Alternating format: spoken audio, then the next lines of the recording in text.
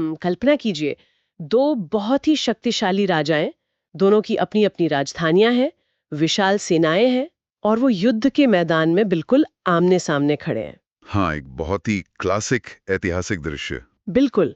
और दिलचस्प बात यह है कि दोनों एक ही खून है, सगे भाई हैं, लेकिन वे किसी उपजाऊ जमीन के लिए नहीं लड़ रहे हैं, ना ही किसी सोने की खदान या किसी बड़े किले पर कब्जे के लिए लड़ रहे हैं। तो फिर वो किस चीज के लिए लड़ रहे हैं? वो लड़ रहे हैं एक पुरानी कटार और लकड़ी की एक मूर्ति के लिए। अरे बाप रे! सिर्फ एक मूर्ति और कटार के लिए? हाँ, सुनने में बहुत अजीब लगता है ना? मतलब हजारों सैनिकों की जान सिर्फ कुछ पुरानी चीजों के लिए दांव पर लगी है। लेकिन हमारी आज की इस डीप डाइव में ये बिल्कुल स्पष्ट हो जाएगा कि इतिहास में सत्ता का खेल सिर्फ तलवारों से नहीं खेला जाता था, बल्कि प्रतीकों और मनोविज्ञान से भी खेला जाता था। सही कहा। और आज हम जिन ऐतिहासिक नोट्स और दस्तावेजों का विश्लेषण कर रहे हैं, वो राजस्थान के मारवाड़ क्षेत्र और वहाँ के प्रसिद्ध राठौड़ राजवंश के सफर को डिकोड करते हैं। बिल्कुल। और जो भी लोग ये मानते हैं कि इतिहास उबाऊ होता है, उन्हें आज के ये तथ्य जरूर हैरान करेंगे। हाँ, क्योंकि इस सफर की सबसे दिलचस्प बात यही है कि ये किसी सीधी रेखा में नहीं चलता। मतलब जब हम इन दस्तावेजों को गहराई से देखते हैं, तो हमें महलों के भीतर की कूटनीति नजर आती है। रेगिस्तान के उस कठोर भूगोल से जो रणनीतियां उपजी थीं, वो देखने को मिलती हैं। और इंसानी महत्वाकांक्षाओं के पैटर्न भी। बिल्कुल, ऐसे पैटर्न जो आज भी उतने ही प्रासंगिक हैं। देखिए, इतिहास केवल ये नहीं बताता कि क्या हुआ, बल्कि ये हमें समझाता है कि कोई घटना क्यों और कैसे हुई। तो चलिए बिना किसी देरी के इस राजवंश की नींव को खंगालते हैं। और यहीं पर मुझे एक बहुत बड़ा विरोधाभास नजर आता है। कैसा विरोधाभास? मतलब एक राजवंश जिसने सदियों तक राज किया, उसकी शुरुआत के बारे में हमारे जो स्रोत हैं, वो एकमत ही नहीं है। अलग-अलग स्रोतों में इतनी अलग-अलग कहानियां हैं कि ये किसी सस्पेंस थ्रिलर फिल्म जैसा लगता है, जहां हर गवाह की एक अलग ही कहानी होती है। हाँ, ये मध्यकालीन इतिहास की एक बहुत ही आम बात है। जैसे देखिए, भाट साहित्यकार कहते हैं कि ये लोग हिरण्यकश्यप के वंशज हैं। फिर कुछ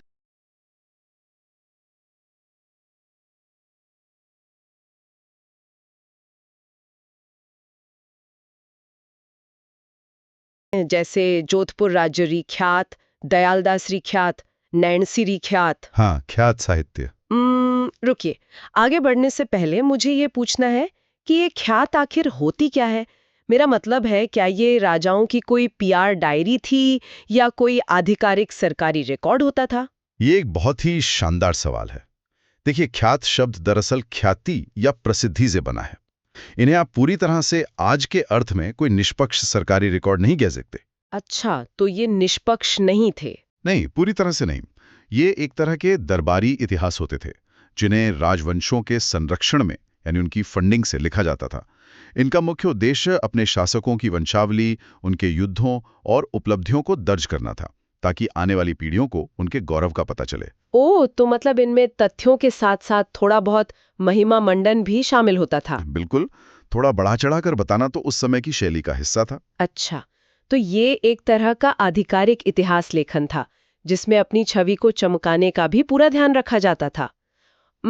शायद यही कारण है कि इन ख्यातों में उत्पत्ति की इतनी अलग-अलग कहानियां मिलती हैं। हाँ, आप सही पकड़ रही हैं। जैसे दयालदासरी ख्यात राठौड़ों को वल्लभराव ब्राह्मण का वंशज बताती है, मतलब सूर्यवंशी, जबकि नैन्सीरी ख्यात उन्हें कन्नौज के गिडरवाल से जोड़ती है। और अंग्रेजों के समय के इतिहासकार भी बटे हुए थे।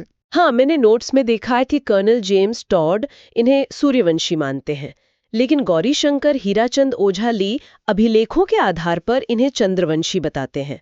तो एक ही वंश की उत्पत्ति के इतने सारे दावे कैसे हो सकते हैं? इसे समझने के लिए हमें उस समय के राज्य निर्माण यानी जो स्टेट बिल्डिंग का मनोविज्ञान होता है, उसे देखना होगा। प्राचीन और मध्यकालीन भारत में जब कोई नया राजवंश किसी नए क्षेत्र में अपनी सत्ता स्थापित करता था, तो उन्हें जनता का समर्थन चाहिए होता था। बिल्कुल, केवल सेना या तलवार के बल पर आप लंबे समय तक राज नहीं कर सकते। जनता और बाकी शासकों की नजर में आपको वैधता चाहिए होती है, जिसे हम लेजिटिमेसी कहते हैं। हाँ, लेजिटिमेसी बहुत जरूरी है। तो अपनी उत्पत्ति को सूर्य, चंद्र या किसी बहुत महान पौराणिक वंश से जोड़ना उसी वैधता को प्राप्त करने का एक रणनीतिक तरीका था। यह समाज में यह स्थापित करता था कि भाई हमें शासन करने का दैवीय अधिकार मिला हुआ है। ओ, तो ये एक तरह का पॉलिटिकल टूल था। बिल्कुल। हालांकि इन सभी दावों के बीच इन ऐतिहासिक नोट्स के अंत में एक बहुत ही महत्वपूर्ण निष्कर्ष भी दिया गया है। वो राष्ट्रकूट वाला निष्कर्ष। हाँ, आधुनिक इतिहासकार इस बात पर काफी हद तक सहमत हैं कि राठौड़ मूल रूप से दक्षिण भारत के राष्ट्रकूट वंश से ही संबंधित हैं। समय और भूगोल बदलने के साथ राष्ट्रकूट शब्द ही अपभ्रंश होकर राठौड़ बन गया। ये काफी तार्किक लगता है। खैर, उत्पत्ति की इन अलग अलग कहानियों से एक बात तो मुझे साफ नजर आती है। कागजों पर उनकी वैधता चाहे जो भी रही हो, जमीन पर तो उन्हें खुद को साबित करना ही था। हाँ, असली परीक्षा तो जमीन पर ही होती है। और यहीं की कहानी 1250 ईस्वी में मारवाड़ की धरती पर आती है। बदायूं से राव सेतराम जी के पुत्र राव सिंहा मारवाड़ आते हैं, लेकिन स्रोत कहते हैं कि वे किसी पर हमला करने नहीं आए थे। जी, वो एक रक्षक के रूप में आए थे। हाँ, पालीवाल ब्राह्मणों की रक्षा के लिए। लेकिन यहाँ थोड़ा रुकते हैं। मुझे ये बात थोड़ी हजम नहीं हो रही। क्यों? क्या दिक्कत है इसमें? ब्राह्मणों की रक्षा करना केवल एक परोपकारी या दयालु कदम नहीं था। तो इसके पीछे का असली खेल क्या था?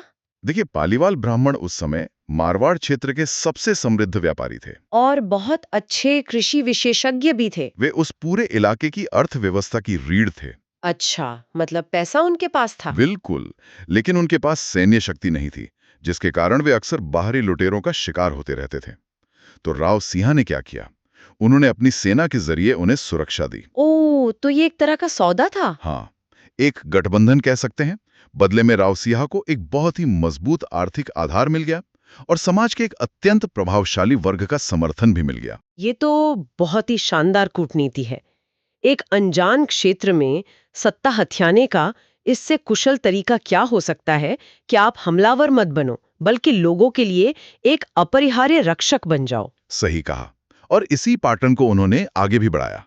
सामाजिक सद्भाव स्थापित करने के बाद उन्होंने धार्मिक केंद्र स्थापित किया। हाँ, कुलदेवी नागणीची माता का मंदिर, जो राव दुहड़ ने नागाना में बनवाया था। तो मतलब पहले सामाजिक आर्थिक गठजोड़ किया और फिर धार्मिक एकीकरण। ठीक ऐसे ही हुआ। रेगिस्तान के उस कठोर माहौल में ना, कई अलग अलग कबीले और समुदाय बिखरे हुए थे। उन्हें एक साथ बांधने के लिए एक साझा विश्वास की जरूरत थी। तो कुलदेवी का मंदिर केवल पूजा का स्थान नहीं था। नहीं, वो एक बहुत बड़ा सांस्कृतिक केंद्र था। देखिए, जब सभी अलग अलग कबीले एक ही देवी के सामने सिर झुकाते हैं, तो मनोवैज्ञानिक रूप से वे अप्रत्यक्ष तौर पर उस शासक की सत्ता को भी स्वीकार कर रहे होते हैं जिसने वो मंदिर बनवाया है। ये तो सत्ता को मजबूत करने का बहुत ही गहरा तरीका है। हाँ, और इसके बाद हम देखते हैं कि 1291 ईस्वी में राव आस्थान जलालुद्दीन खिलजी के खिलाफ लड़ते हुए मारे जाते हैं। तो क्या ये इस बात का संकेत है कि मारवाड़ की ये नई शक्ति अब सीधा दिल्ली सल्तनत से टकरा रही थी? बिल्कुल। वे अब केवल स्थानीय रक्षक नहीं थे, वे एक राजनीतिक शक्ति बन चुके थे जो दिल्ली को भी चुनौती दे रही थी। क्या बात है। इसके बाद मारवाड़ के इतिहास में एक ऐसा शासक आता है जिसका जीवन मुझे तो किसी किंवदंती से कम नहीं लगता। राव मल्लीनाथ। हाँ, राव मल्लीनाथ बहुत ही खास शासक रहे हैं। स्रोत बताते हैं कि मल्लीनाथ ने मेवानगर को अपनी राजधानी बनाया जी और आज भी बाड़मेर का एक बड़ा क्षेत्र उन्हीं के नाम पर मालानी कहलाता है। जी, मालानी नस्ल के घोड़े भी बहुत मशहूर हैं। बिल्कुल। पर सबसे चौंकाने वाली बात मेरे लिए ये थी कि उन्होंने दिल्ली के सुल्तान फिरोज तुगलक के मालवा के गवर्नर की पूरी 13 टुकड़ी सेना को हरा दिया। 13 टुकड़ियां, वो भी रेगिस्तान के बीच। हाँ, लेकिन इसके तुरंत बाद स्रोत कहता है कि अपनी रानी रूपा दे के प्रभाव में आकर वे स्वयं एक संत बन गए और उन्होंने अपना राजपाट अपने बेटे को न देकर अपने भाई विरमदेव को सौंप दिया।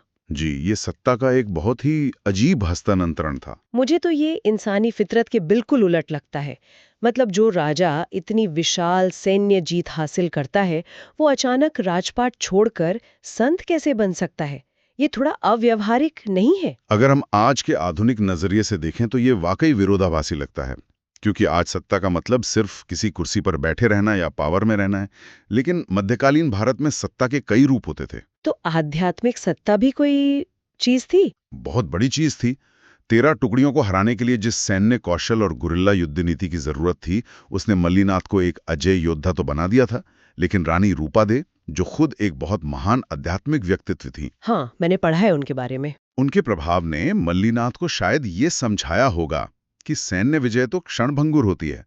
आज आप जीते हैं, कल कोई और जीत जाएगा। लेकिन आध्यात्मिक शक्ति स्थायी होती है। जब एक इतना शक्तिशाली राजा स्वेच्छा से संत बनता है, तो जनता की नजर में वो केवल राजा नहीं रहता, वो भगवान के समान हो जाता है।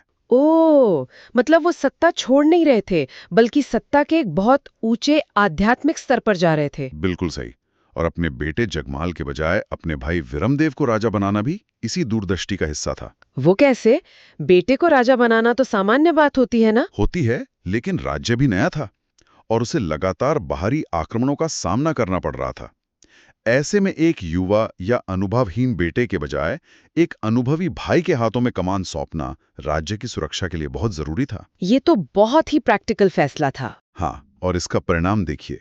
मालानी क्षेत्र के लोग आज भी उन्हें एक शासक से ज्यादा एक लोक देवता के रूप में पूजते हैं। उनकी आध्यात्मिक सत्ता ने उनकी राजनीतिक विरासत को हमेशा के लिए अमर कर दिया। ये तो सच में एक बहुत ही गहरा नजरिया है चीजों को देखने का।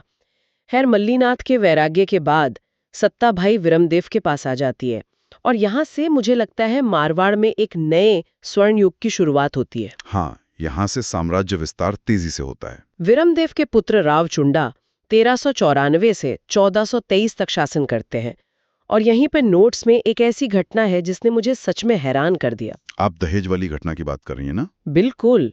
इंदा प्रतिहार नाम के शासक अपनी पुत्री का विवाह रावचुंडा से करते हैं और दहेज में उन्हें पूरा का पूरा मंडोर शहर दे देते हैं। मतलब आज के समय में सोचिए, कोई शादी में उपहार के तौर पे एक पूरा स्टेट ही दे दे। हाँ, सुनने में बड़ा अजीब लगता है। बहुत अव्यवहारिक लगता है।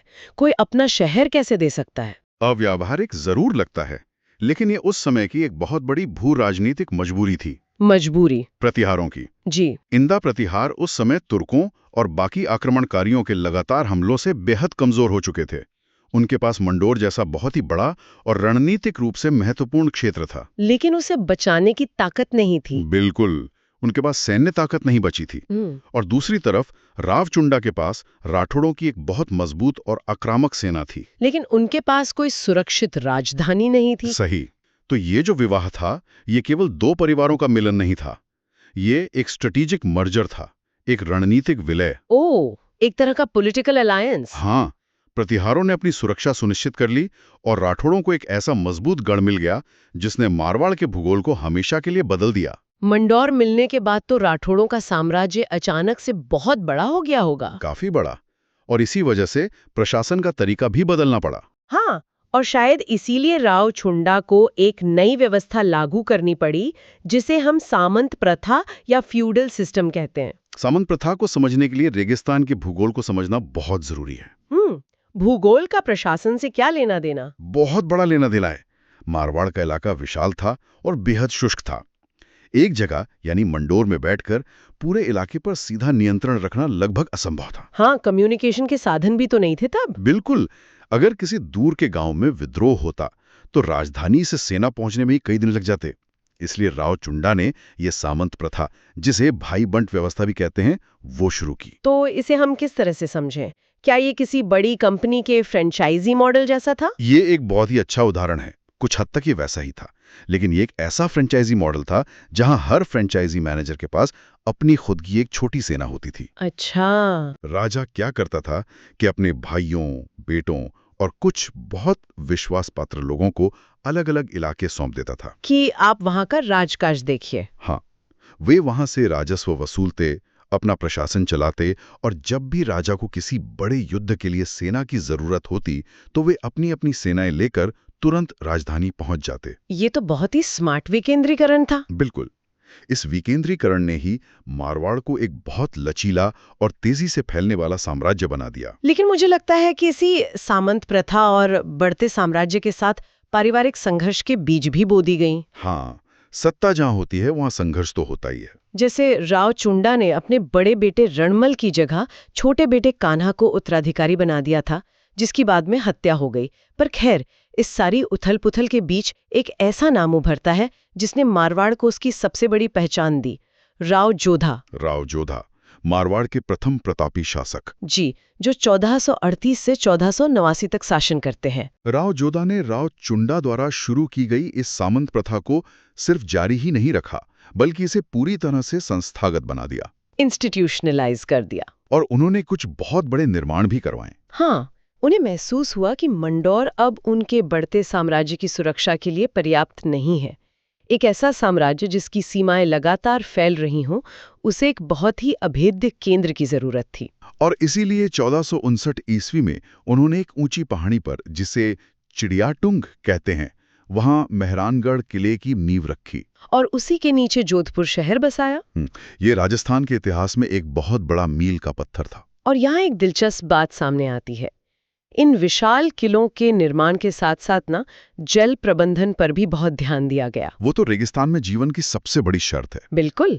हमने देखा कि राव जोधा की माता कोडमदे ने बीकानेर के पास कोडमदेसर तालाब बनवाया और उनकी रानी जसमदे हाड़ी ने जोधपुर में रानीसर तालाब का निर्माण करवाया। ये बहुत ही महत्वपूर्ण काम थे। नहीं है तो वो किला ही आपकी कब्र बन जाएगा। ये बहुत ही सटीक विश्लेषण है। किले का निर्माण केवल ईंट पत्थर का काम नहीं था, ये एक संपूर्ण इकोसिस्टम बनाने की प्रक्रिया थी। और ये तालाबों का निर्माण इस बात का बहुत बड़ा सबूत है कि महल की महिलाएं केवल मूक दर्शक नहीं थीं। हाँ, वे भी प्रशासन का हिस्सा थी। बिल्कुल, वे राज्य के बुनियादी ढांचे और लोक कल्याण के कार्यों में सीधे तौर पर शामिल थीं। महिलाओं की भूमिका की बात निकली ही है, तो चलिए इस चर्चा के उस सबसे रोमांचक हिस्से की ओर चलते हैं जिसका जिक्र मैंने शुरुआत में किया था। वो दो भाइयों के युद्ध वाली बात। हाँ, राव जोधा के बाद सत्ता का जो संघर्ष था वो अपने चरम पर पहुंच जाता है। उनके पुत्र राव सातल के बाद 1492 में राव सूजा जोधपुर की गद्दी पर बैठते हैं। जी। और फिर 1508 में एक बहुत ही अजीब घटना घटती है। राव जोधा के ही एक और पुत्र राव बीका, जिन्होंने अपना अलग राज्य बीकानेर बसा लिया था, वे जोधपुर पर एक विशाल सेना लेकर हमला कर देते हैं। अपने ही भाई के राज्य पर? हाँ, लेकिन जैसा कि मैंने शुरुआत में कहा था, ये हमला जमीन के लिए नहीं था। हमारे स्रोत बहुत स्पष्ट रूप से बताते हैं कि राव बीका ने मारवाड़ के राज चिन्ह यानी रॉयल इंसिग्निया के लिए हमला किया था। वही नागनेची माता की मूर्ति और हड़बूजी की कटार। हाँ, मतलब सोचिए, दो भाई हैं, दोनों के पास अपने अपने बड़े राज्य हैं, लेकिन वे बस एक कटार और एक मूर्ति के लिए एक दूसरे का खून बहाने को तैयार हैं। ये मानसिकता समझना आज के समय में थोड़ा मुश्किल लगता है। इस मानसिकता को समझने के लिए हमें रेगिस्तान की राजनीति के उस मूल सिद्धांत पर जाना होगा, जहां जमीन से ज्यादा रक्त यानी ब्लड लाइन का महत्व होता है। ब्लड लाइन का महत्व? हाँ, देखिए, रेगिस्तान में जमीन की कमी नहीं थी, चारों तरफ रेत ही रेत थी। राव बीका ने बीकानेर के रूप में एक बहुत विशाल और स्वतंत्र राज्य पहले ही स्थापित कर लिया था। तो फिर उन्हें क्या चाहिए था? उन्हें चाहिए थी वैधता।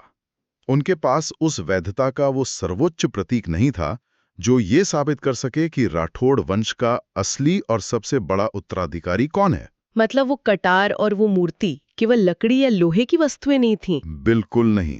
नागनेची माता की मूर्ति पूरे वंश की कुलदेवी का आशीर्वाद थी, और हड़बूजी की कटार मारवाड़ के शौर्य, उसकी परंपरा और उस मूल सत्ता का प्रतीक थी जो पीढ़ियों से चली आ रही थी। ओह, तो ये एक तरह का क्राउन जूअल्स जैसा था। हाँ, इन प्रतीकों के बिना राव बीका खुद को केवल एक नए राज्य का संस्थापक तो मान सकते थे, लेकिन पूरे राठौड़ वंश का मुखिया नहीं कह सकते थे।